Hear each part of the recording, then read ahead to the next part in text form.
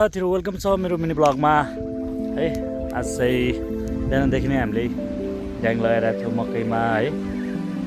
बिहान 1 बजीसम्म ड्याङ लगाइयो अनि अब फेरि अर्को खोलामा ड्याङ लगाइयो।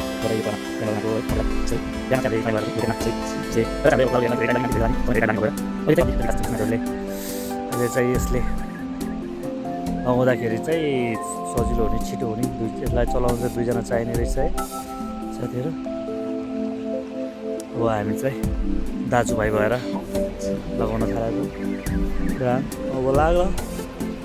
यो चाहिँ यस्तो खालको है, एकजनाले तान्ने एकजनाले त्यहाँ समाउने यो खालको है। अब चाहिँ यो खोला छ बाँकी यो खुदेखि लिएर यतिसम्म चाहिँ अब दाजुभाइ भएर हामीले मकैमा ड्याङ चढाउन लागेका छौँ साथीहरू, देख्नु होला है। यो चाहिँ फेरि अब के भन्नु होला भनेर अनि यो चाहिँ अब बेल्ट हो, तान्दाखेरि ढाड दुख्ने भएर ढाडमा बेल्ट बाँधेर काम गऱ्यो भने चाहिँ सजिलो हुन्छ, त्यही भएर लिएर आएको है।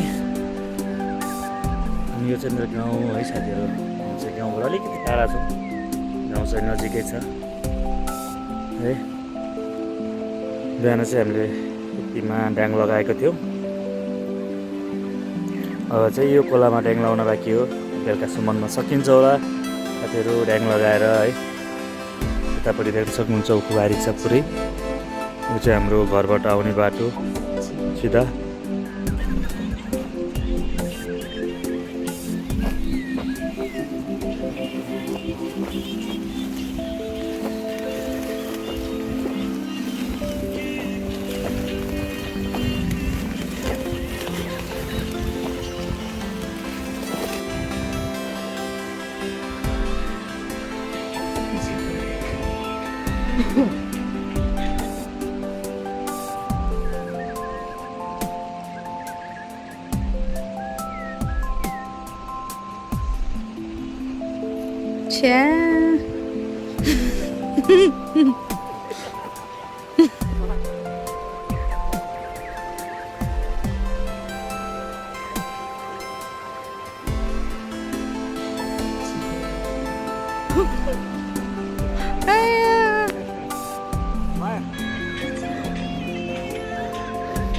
सकिन लाग्यो है, सकिन लाग्यो। अब चाहिँ हाम्रो मकै ड्याङ लगाएर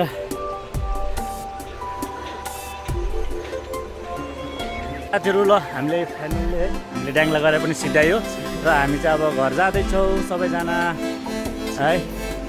हामीले बिहान र बेलुका गरेर ड्याङ लगाएर सकायो मकैमा र हामी सबैजना दाइ दिदी मिनाजु सबैजना आउनुभयो थियो लास्टमा र हामी सबैजना ड्याङ लगाएर सकेर हिँड्यौँ। ल हेर्नुहोस् दामी भ्यू आइरहेको छ है घामको पनि पछाडिपट्टि साथीहरू है। अब बाँकी चाहिँ अब अर्को ब्लगमा है त साथीहरू, बाई। तपाईँहरूलाई मेरो भिडियो कस्तो लाग्यो, यदि वाच गर्नुभएको छ भने सब्सक्राइब गर्नु होला मेरो आइडीलाई है। लाइक कमेन्ट अनि बेल आइकन पनि दबाइदिनु होला।